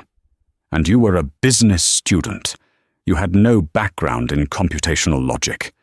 Any decent lawyer, and she has the best, will paint a picture so clear, so damning. Damien, this isn't a divorce. This is a public execution." Damien finally, truly, understood the scope of what was happening. Ilara hadn't just brought a cannon. She had brought a nuclear bomb.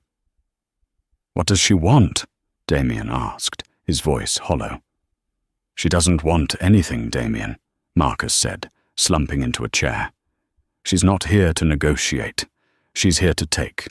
Kane filed for an emergency injunction to freeze your assets, all of them, pending the fraud hearing, including your controlling shares in Ashford Dynamics."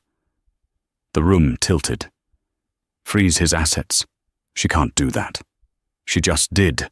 The judge is signing it right now. Kane argued you're a flight risk, that you'd liquidate and run." "I am Ashford Dynamics," he roared, slamming his fist on the table. "No, Damien," Marcus said, looking at him with dead eyes. "You're not. As of this moment, she is." The biggest mistake was now a chasm, and he was in freefall. He had stolen her work, and in his arrogance, he had forgotten one crucial thing. The person smart enough to invent the Helios algorithm was definitely smart enough to figure out how to take it back. The fallout was not a slow leak. It was a dam break. By the time Damien and a shell-shocked Marcus Thorne left the courthouse through a back exit to avoid the New York Post and Bloomberg reporters who had mysteriously been tipped off, the story was already the lead on every financial newswire. Ashford Dynamics CEO in 50B fraud scandal. Billionaire's divorce explodes. Ex-wife claims she is rightful founder of tech empire. Wack tells Julian Kane, "We are pursuing a full reversion of assets."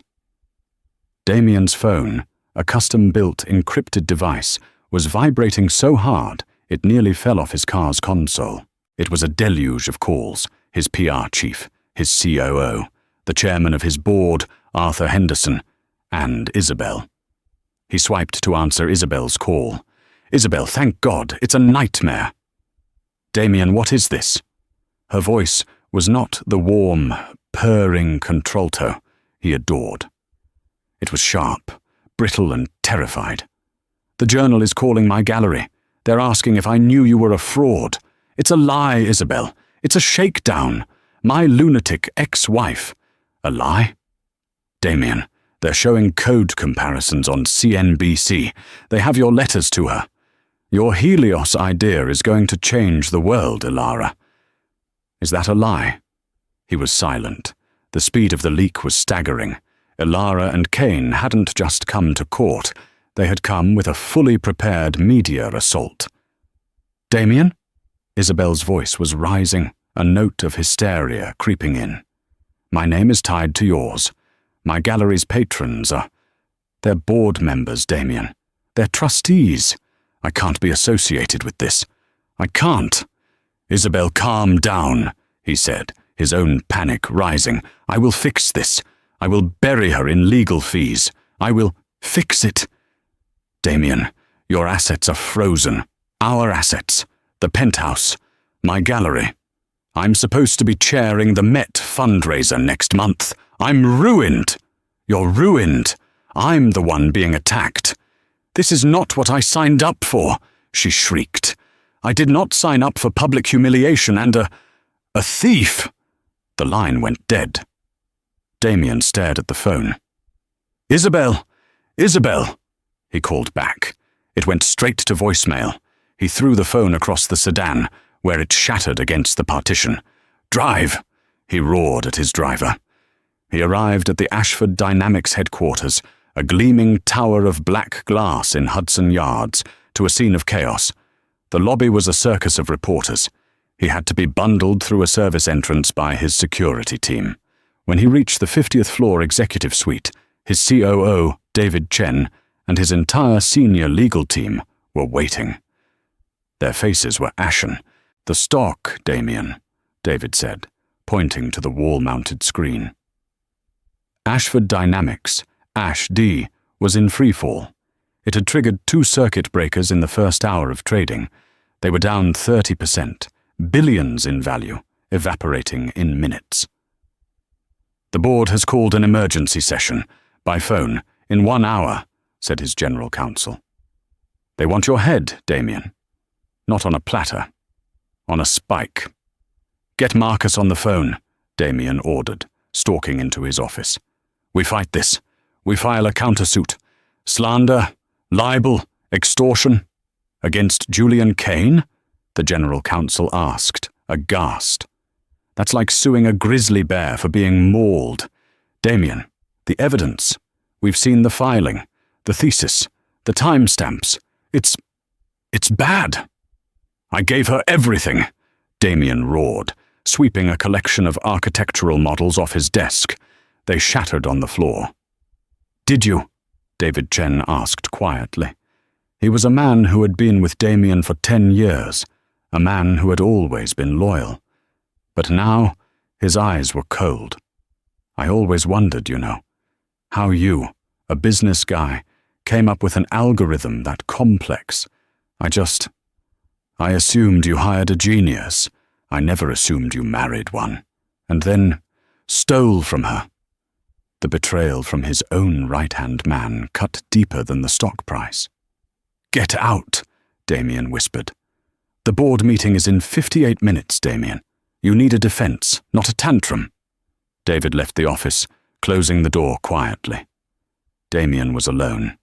He looked out the window at the city he owned, or had owned. He tried Isabel again. Voicemail. He poured a scotch from his crystal decanter, his hand shaking. He drank it in one gulp, the burn doing nothing to clear his head. He had made one fatal calculation. He had assessed Ilara as a cost, a minor liability to be managed and discarded. He had failed utterly to see her as a threat. He had been so blinded by his new life, his new woman, his own reflection as a self-made titan, that he had forgotten the simple truth. He wasn't self-made. He was a fraud. He had built a $50 billion empire on a stolen foundation, and the architect had just pulled out the cornerstone. He called Marcus. "What's the play, Marcus? What's the move?" "The move?"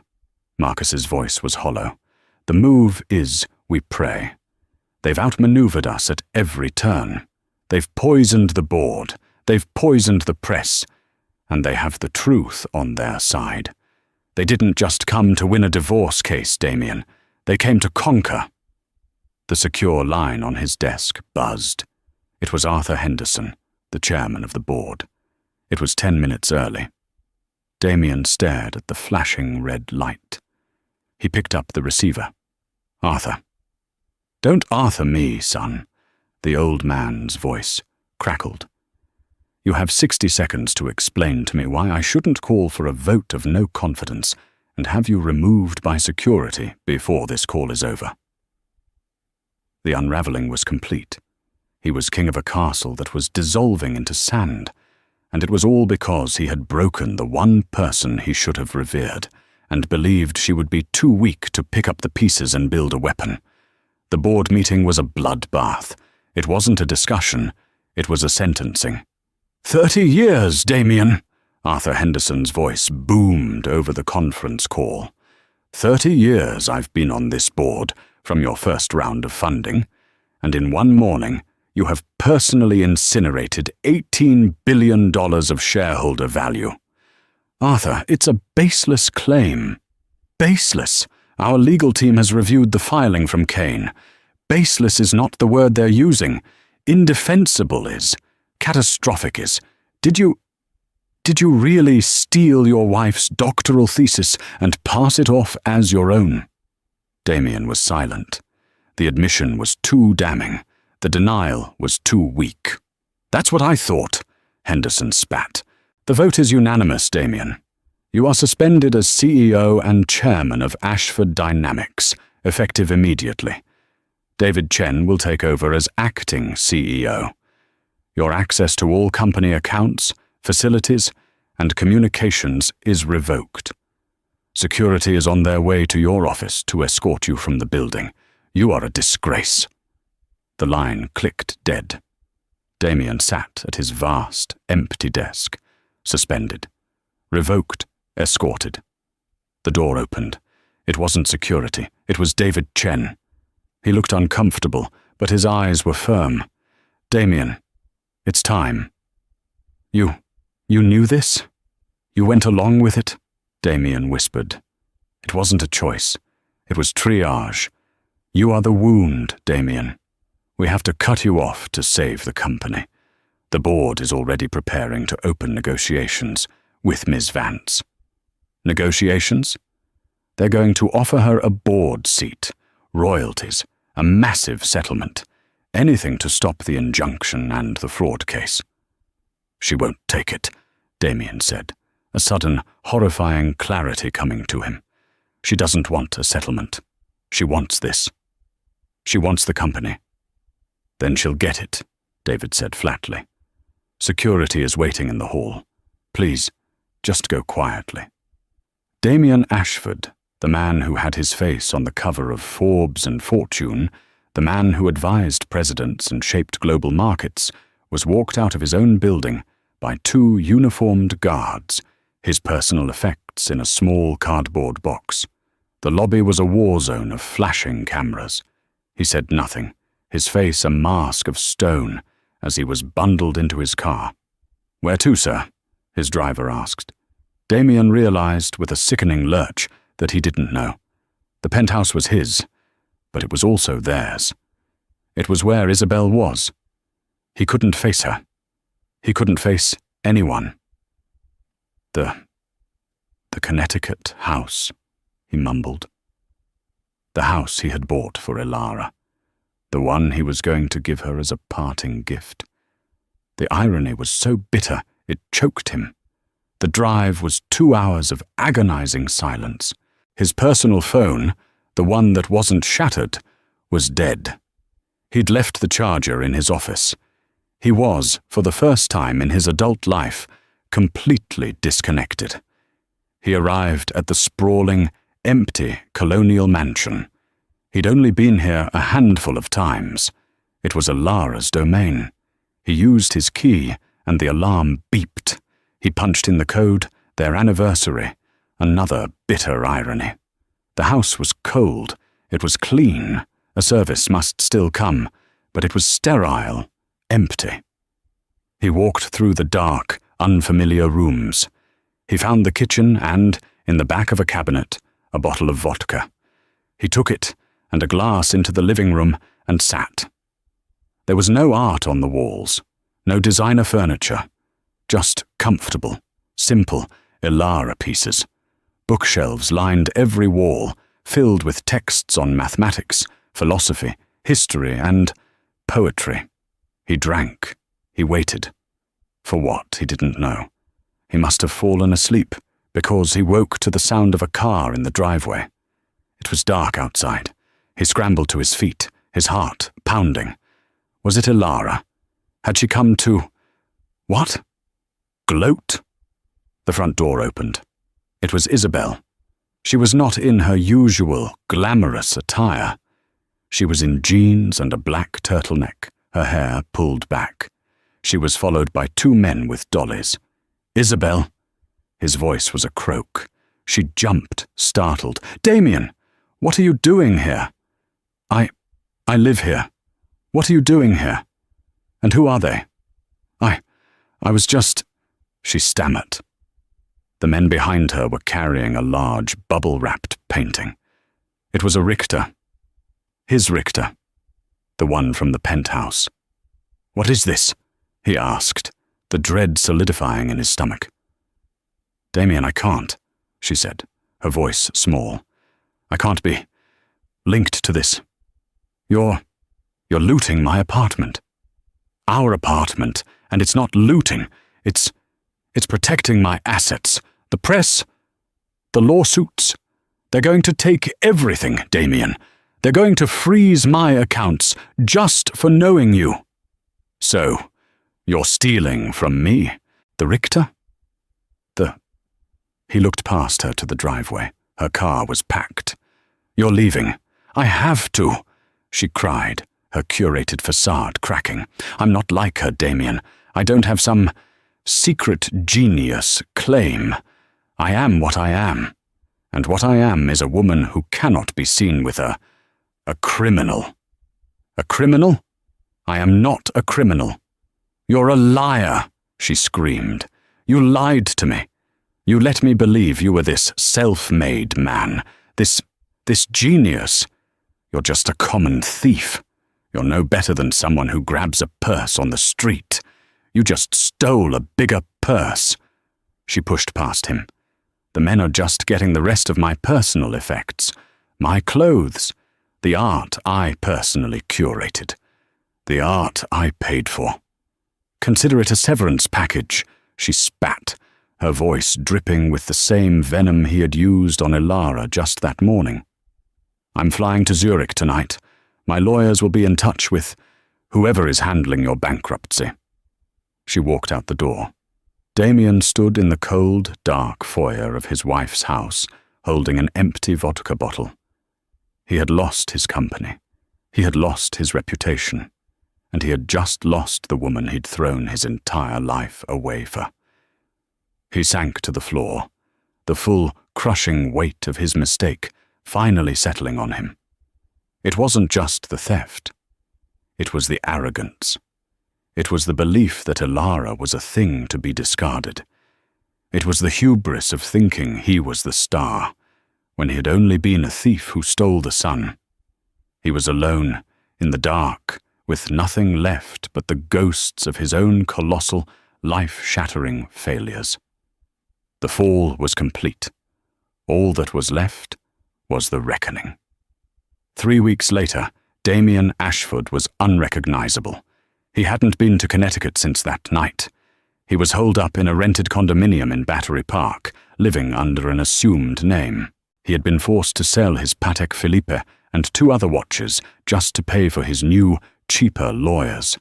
Marcus Thorne and Sullivan and Cromwell had dropped him the moment the board suspended him, citing irreparable conflict of interest.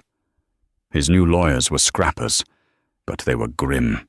"They have you, Mr. Ashford," his new attorney, a man named Clow, had said. "The patent fraud is airtight. You could be facing criminal charges. Prison." That was the word that broke him. Prison. He had one last card to play. He called Julian Kane's office, not as a CEO, but as a beggar. He requested a meeting with Ilara. Alone. To his shock, she agreed. The meeting was set for a neutral location, a private room at the New York Public Library, the place they'd had one of their first dates, studying in the Rosemain reading room. The cruelty of the choice was not lost on him. He arrived early, dressed in an off-the-rack suit that hung on his frame. He'd lost 20 pounds. His hands trembled. She arrived exactly on time. Ilara Vance looked radiant. She was not in a power suit. She was in an elegant navy blue dress. She looked healthy, rested, and in complete control. She was no longer the mousy wife, nor the steel-plated warrior from the courtroom. She was simply, powerfully, Ilara. She sat across from him at the heavy oak table. "Hello, Damien," she said. Her voice was neutral, not cold, not warm, just clear. "Ilara, you look... well."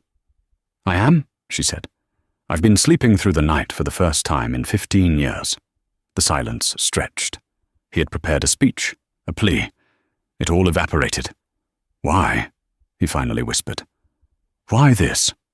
Why all of it? You could have just asked for more money. Half, you would have gotten it. Why? Why destroy me? Why destroy the company?"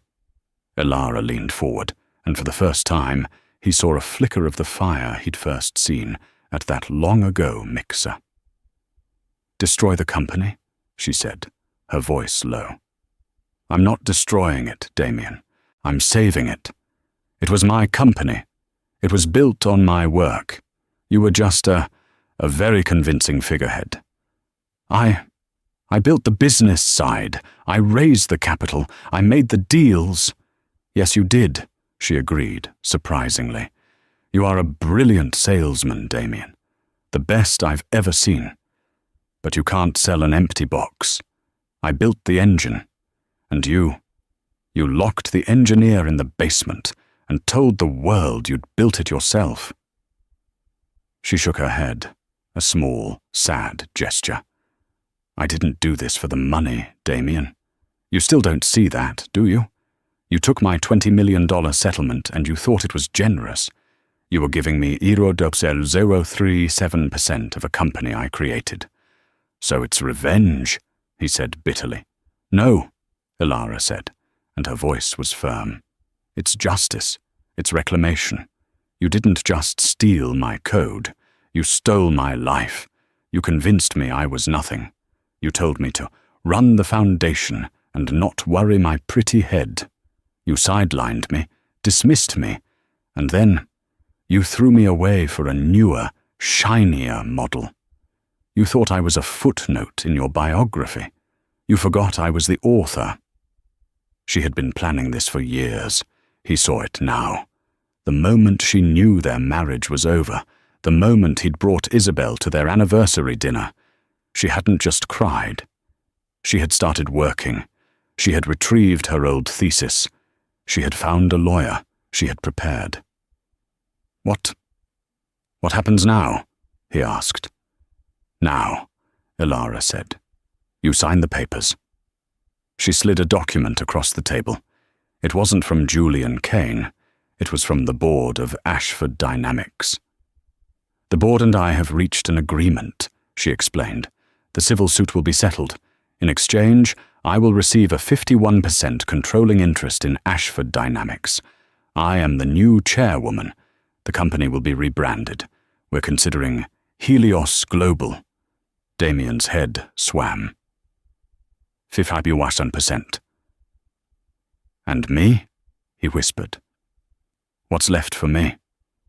You will tender your official, permanent resignation, effective immediately.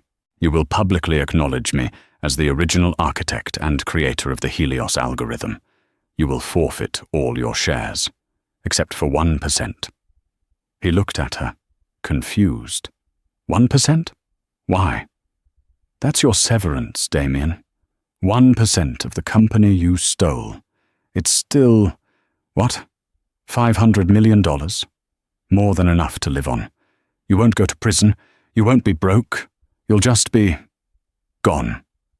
It was the final, devastating move.